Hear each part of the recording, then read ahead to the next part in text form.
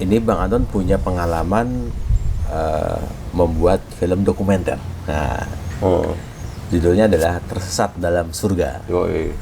Itu juga keren banget. Dan mungkin Bang Anton bisa bercerita di balik layar itu gimana, Bang? Tersesat dalam surga ya. Oke. Sunyi yang setia. Oh, itu bikin modelnya feature ya. Feature profile. Simple sih. Proses itu harus jujur. Jalaninnya ya belajar jujur ya, maksudnya gini loh.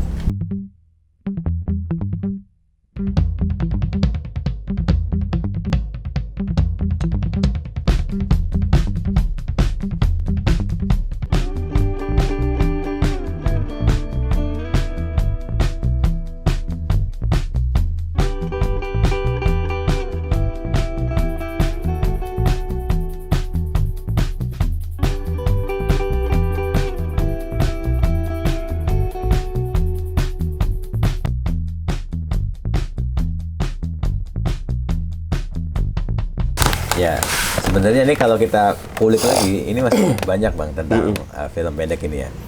Tapi mungkin gue pengen bertanya lagi, di samping drama tadi kan, ini Bang Anton punya pengalaman membuat film dokumenter. Nah, judulnya adalah Tersesat Dalam Surga. Yoi.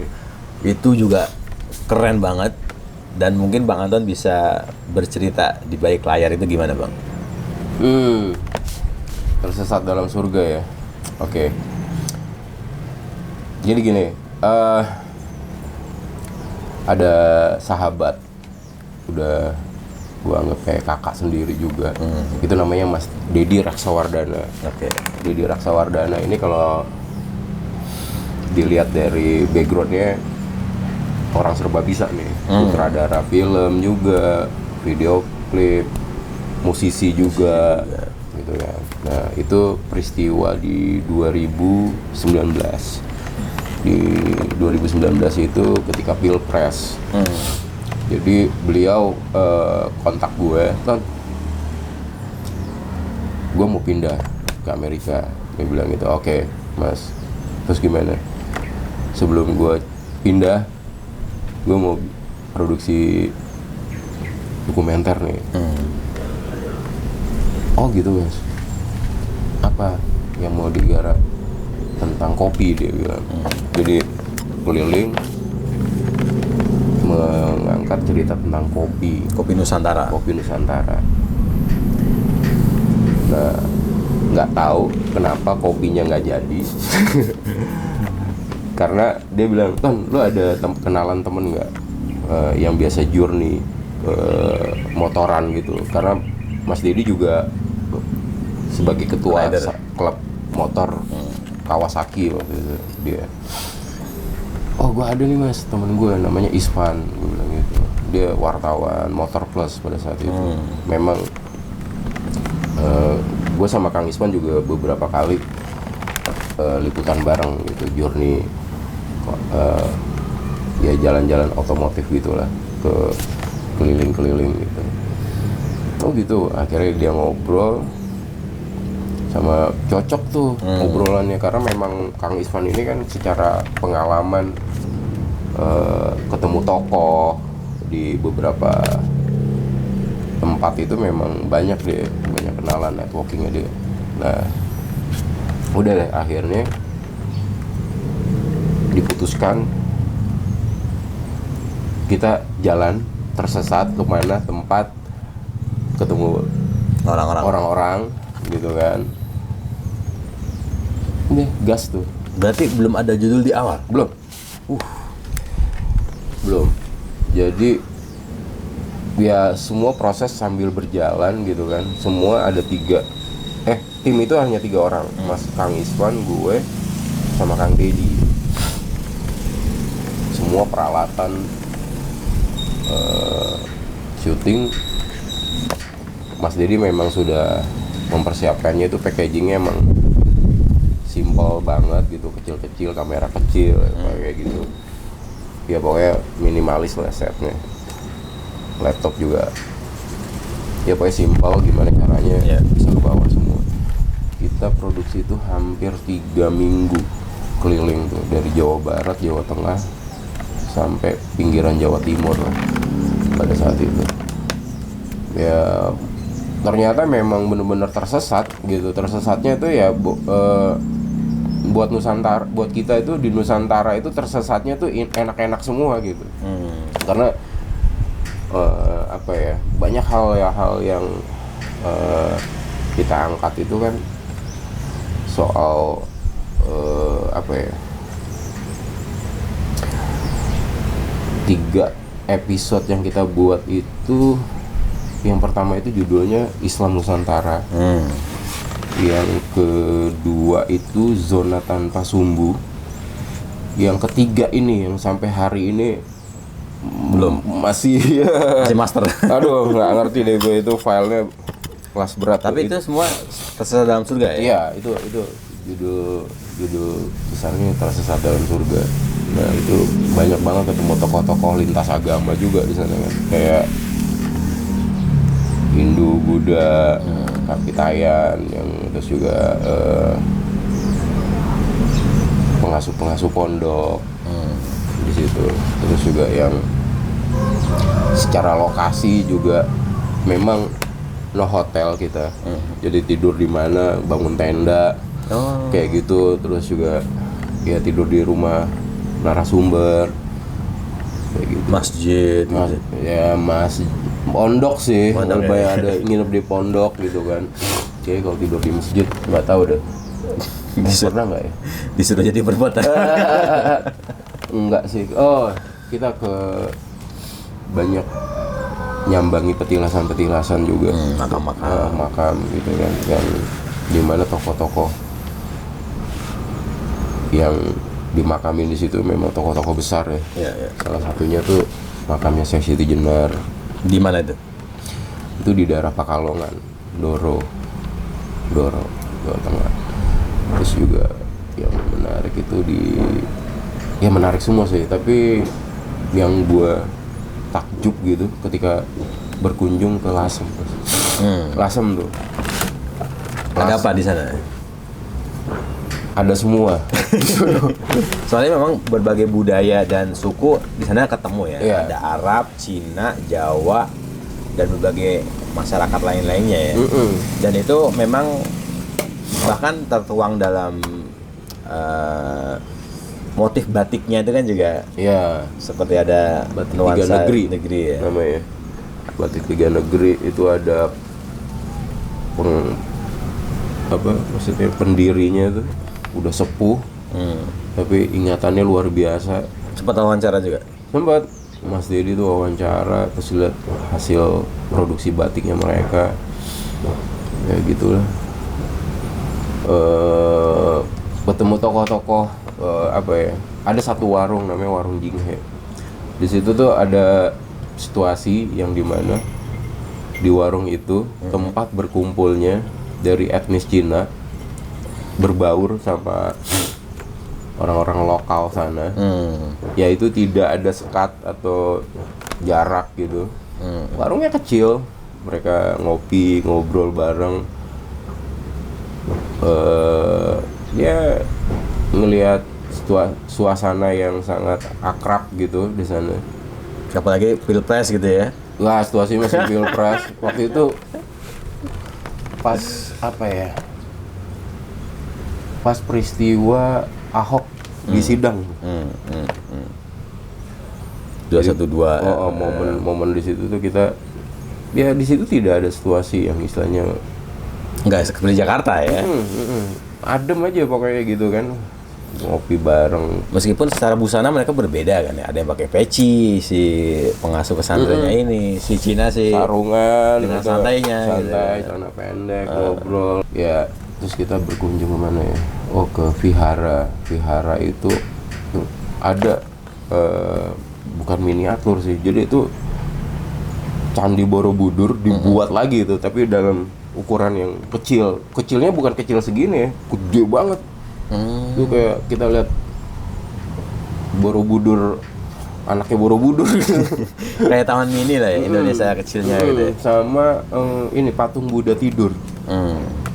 Jadi dari tangga awal dari itu sampai ke puncak itu, jadi proses sang Buddha itu ke atas tuh makin, jadi menarik deh itu. Lokasi tempatnya di mana?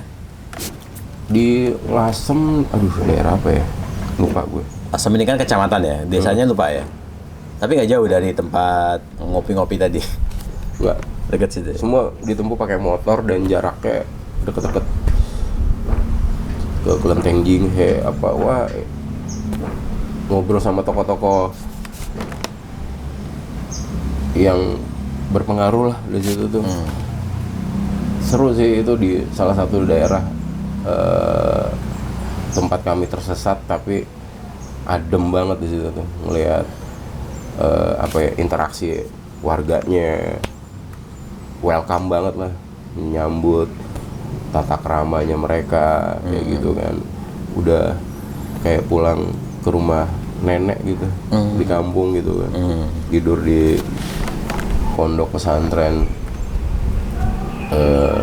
Nyi Lasem namanya, Nyai Lasem itu salah satu tokoh perempuan yang berpengaruh juga di sana. Kita singgah tinggal berapa hari gitu di sana, di servis abis lah di sana.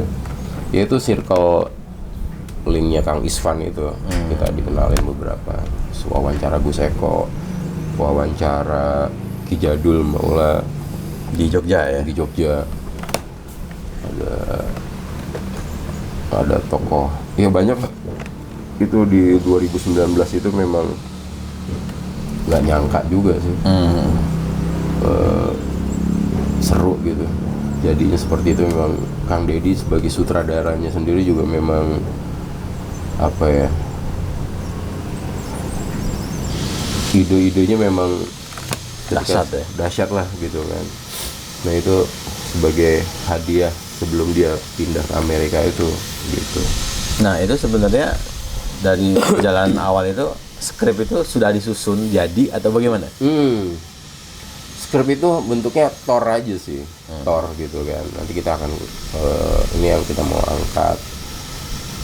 Pertama kan dari sisi lokasi itu di area Jawa Barat nih, di Bumi Alit namanya. Jadi ada tempat makam juga di situ, tempat pedangnya Sayyidina Ali disimpan di situ. Kita berkunjung, terus juga sama puncennya kita wawancara, ngobrol dari Jawa Barat pelan-pelan ke Jawa Tengah pinggiran. Di Jawa Tengah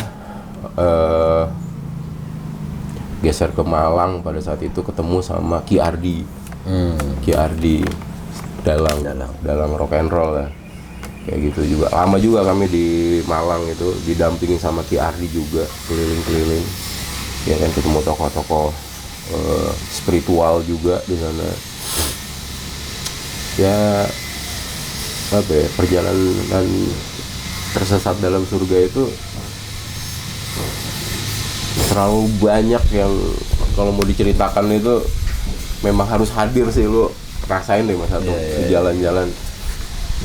Ya memang kaya banget Nusantara itu. Betul. Tajir mampus deh, pokoknya keren banget deh. Harta karunnya itu nggak bisa habis kalau mau diceritain sih. Jangankan ketika kita mau eksplorasi Nusantara ya, ketika kita nggak sengaja misalnya dalam perjalanan pulang kampung pun kita merasakan, meskipun itu berkali-kali, itu ada nuansa yang baru gitu. Baru terus, apalagi kalau kita menggali ya kan. Emang dahsyat sih, dan itulah cara kita bagaimana bisa mencintai Nusantara lebih ya, dengan eksplorasi dan membuat sebuah produk karya ya. Wah ini menarik ini, sebagai filmmaker misalnya Bang Anton ini sudah mengalami awalnya di wartawan gitu ya, sebagai jurnalis, kameramen, investigatornya itu kan ya, kemudian di film drama, kemudian ke film dokumenter. Apa yang membedakan membuat film dokumenter dengan film drama, Bang Anton? Ya kalau secara proses sih sama ya, cuman konsepnya aja, kemasannya. Kalau drama kan memang semuanya di direct ya, di peran-perannya juga disesuaikan sama kebutuhan ceritanya gitu. Kalau dokumenter ini kan memang ketemu langsung tokohnya. Banyak kejutannya Ya, banyak kejutan juga gitu kan. Memang banyak hal yang misalnya kita sudah susun tor gitu, terus juga kita nulis target jawaban. Ternyata target jawaban itu ketika ketemu narasumber itu berkembang, gitu kan. Ya tetap harus ada batasannya gitu kan. Karena nanti saat proses editingnya juga kita akan memilah tuh mana yang akan. Kalau di drama kan straight tuh ya, on script banget ya, on script banget gitu kan. Kalau di dokumenter kan ada yang polanya memang kita nyusun tor dulu baru visual. Ada juga naskah itu ngikutin materi visual yang sudah kita rekam gitu kan. Kayak gitu untuk kebutuhan narasi. Ya elemen di dokumenter itu kan diperkuat sama narasi juga gitu kan. Naskah narasinya juga dikuatkan lagi sama visual yang kuat juga gitu. Itu sih kalau perbedaan secara proses itu tadi konsepnya. Kalau yang drama on script banget, Ya, on sementara script kalau yang semuanya di set ya. dokumenter itu ya ada rambu-rambu yang masih bisa ditolerir, tapi tetap harus ada pakemnya juga kan ya, pastinya ya. Gitu ya, apa adanya gitu kan. Mereka narasumber ya, ini bicara soal pola pendekatan sebenarnya. Pendekatan terhadap narsum sama pendekatan terhadap aktor. Proses sama. Ini bicara soal ngebangun trust juga kan. Trust, mereka nyaman, mereka seneng gitu kan, sampai akhirnya direkam, mereka beradegan juga gitu kan, sama-sama acting gitu. Kalau dokumenter ya apa ya, Kita nggak banyak intervensi ya. ya nggak banyak intervensi, kita mengcapture kebiasaan mereka sehari-hari, ngapain aja gitu kan, sampai ya kalau aku bilang dokumenter itu mengcapture lokal heroes lokal gitu, yang terpendam. Wah, ini ada tokoh ini gitu kan. Kalau ketika ketemu tokohnya langsung itu situasi, suasana apa ya, susah sih gue ngomongnya. Langsung anjir nih, ketemu langsung, ngelihat tempatnya langsung. Ada ya kayak gini ya. Oh, ada juga ya. Waktu itu ngelihat tentang apa, Gunung Padang tuh kan, piramida. Wah, Indonesia ada piramid ya di Garut, Gunung Padang. Kayak gitu-gitu kan ngelihat langsung gitu kan. Walaupun informasi itu sudah banyak ya, tapi kita hadir di lokasinya, ketemu sama tokohnya, ya kuncen-kuncennya, ngobrol gitu kan. Banyaklah harta karun yang tersimpan. Betul. Nah, mungkin ini bisa menjadi ini Bang, landasannya atau inilah trigger buat teman-teman yang ingin berkarya di film dokumenter maupun di film drama. Ada saran atau tips khusus Bang?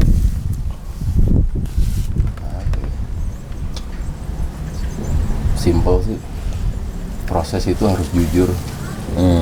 Jalaninnya ya belajar jujur, maksudnya gini loh ya, kita produksi film yang pasti semuanya pesannya menyampaikan pesan-pesan baik. Alangkah baiknya memang diaplikasikan ke dalam kehidupan kita sehari-hari gitu.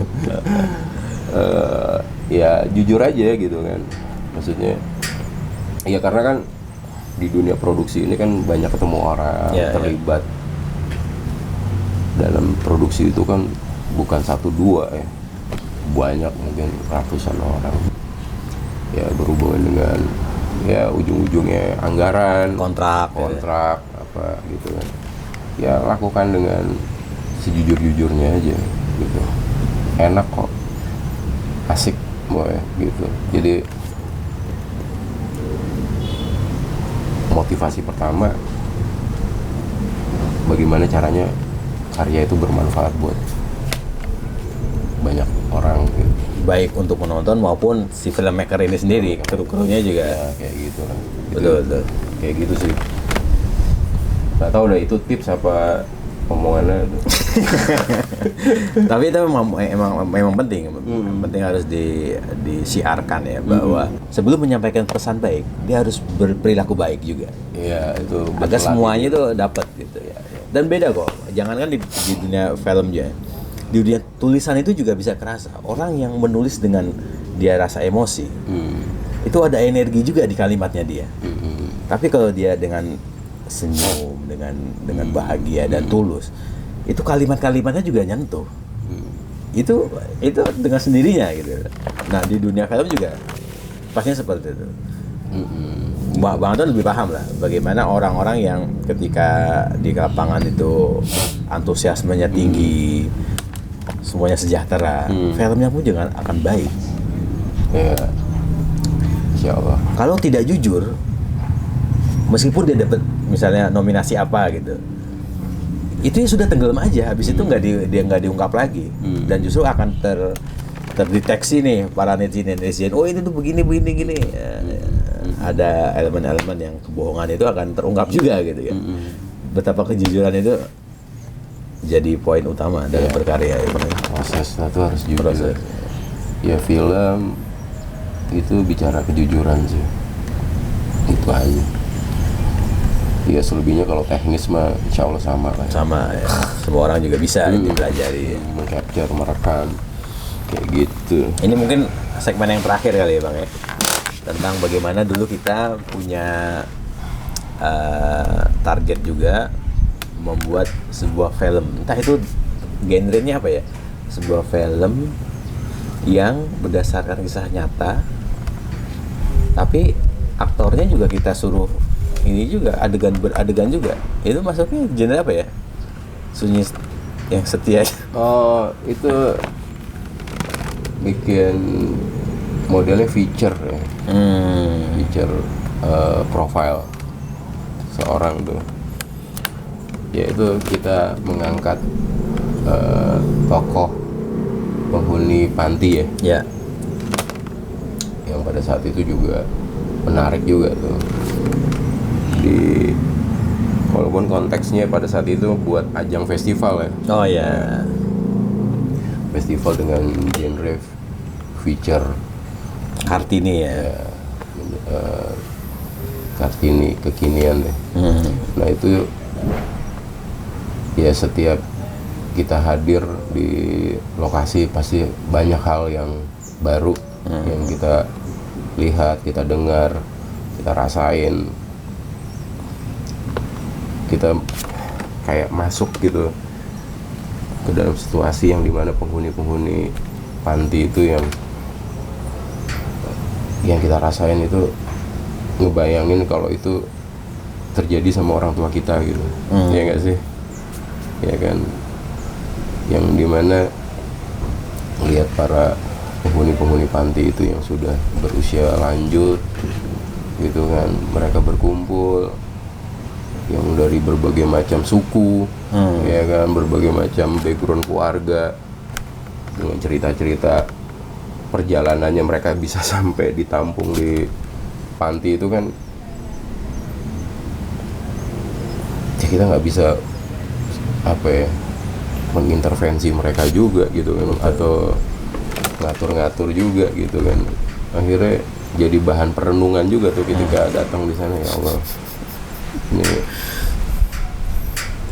ya kita ya nggak bisa juga menilai kenapa sih keluarganya mereka kok tega juga sih naruh, yaitu ada apa ya, ada situasi yang ibu tuh bisa merawat 10 anak, tapi 10 anak itu belum tentu ngerawat ibunya sendiri gitu. Sampai banyak cerita kan yang kita dapat di sana kan, ada yang membuat gue tersentuh itu ketika pesan seorang ibu yang sudah lama tinggal di sana, ketika dia mau menjelang ajal itu dia berwasiat kepada petugas pantinya, bilang nanti kalau keluarga saya berkunjung tolong jangan bilang makam saya ada di mana. Itu kan aduh keren banget gitu. Ya mereka memang sudah siap gitu ya dengan kondisi yang ada, mereka ditaruh di sana, mereka menerima tanpa harus mau menyusahkan keluarganya dia sendiri. Ya sudah, Ya perjuangan banget ya. Ya perjuangan banget lah gitu kan. Itu kan hal-hal yang apa ya, banyak pesan ketika kita masih bisa dampingin orang tua kita yang masih hidup gitu sampai sekarang. Itu kan jangan sia-siakan dedikasi kita sama orang tua gitu kan. Ya orang tua yang sudah tidak bisa jalan, makan harus disuapin, Bahkan bahasanya itu tidak produktif gitu ya ya. sudah dianggap apa sih, nyusahin doang. Itu kan hanya apa ya, pola pikir yang apa ya, diukur secara materi aja gitu. Ya kan orang tua yang sudah lumpuh, yang dilihat kan hanya kelumpuhannya aja. Kenapa sih tidak diingat proses Flashbacknya. proses dia sampai bisa bekerja. Bahkan gue dapat ilmu baru tuh gini bang. Seringkali di dunia yang sekarang ini digital bahkan ya milenial ini, kita lebih memacukan diri kita untuk menjadi profesional dalam kerjaan. Kenapa kita tidak mau menjadi profesional dalam kehidupan? Bahwa kehidupan ini lebih nyata gitu loh. Lu harus punya hormat kepada orang yang lebih tua. Bahkan orang yang nggak lu kenal sekalipun tapi dia lebih tua, itu profesionalnya adalah kita menghormati dia. Bukan hanya mengejar profesional di dunia kerja gitu kan. Nah, ketika kasusnya dalam keluarga misalnya, ketika keluarga butuh didampingi, maka ini lebih profesional. Toh kantor juga akan menyadari bahwa oh ini ada kepentingan yang lebih diutamakan gitu ya. Dan itu lebih urgent gitu. Bahkan gue punya pengalaman gini bang, gue pas lagi hunting dan penelitian manuskrip ya di Lombok, di Lombok gitu. Rencananya 2 minggu. Di minggu pertama itu istri gue lahiran bang. Lahiran, gue nggak dampingin istri di Bekasi, gue di Lombok.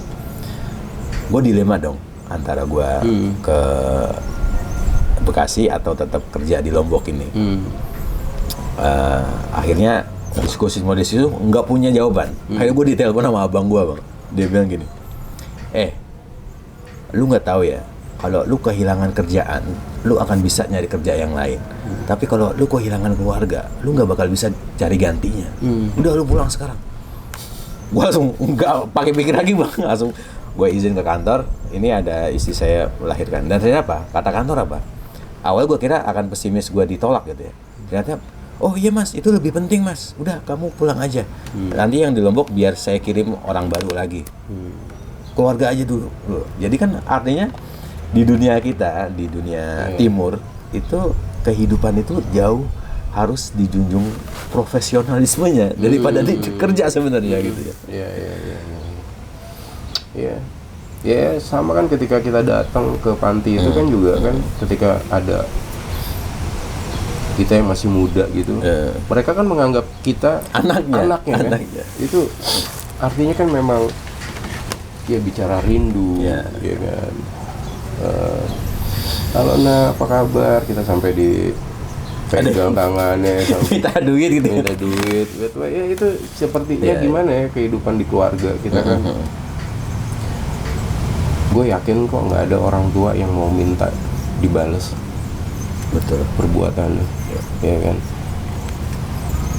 Gitu. Mereka seneng ditanya apa kabar ibu, udah makan belum, kayak gitu juga hal-hal yang ya itu kayak cerita Mas Atung ketika ada pilihan yang berat juga antara kerja sama keluarga nih. Ya kan? Nah, menariknya di pihak panti itu ternyata yang kita temukan adalah outsidernya ya, dari situ adalah kita bertemu dengan seorang penjaga panti yang benar-benar menjiwai. Dia nggak mau dikenal, nggak mau disebut, nggak mau diwawancara. Kamu butuh apa, kami bisa bantu apa. Akhirnya dia benar-benar totalitas membantu kita di saat waktu dia itu juga tersita untuk mereka sebenarnya. Ada bantuan datang, ada tamu baru, ada ini.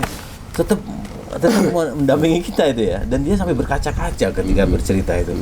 Itu yang bagi gua keren banget, Bang. Itu yang nggak didapat dalam sebuah karya utuh ya. Orang kalau bersentuhan dengan karya kita, kalau dia bersentuh, pasti dia akan bersentuh lagi ketika ketemu dengan orang yang kita wawancari di belakang layar.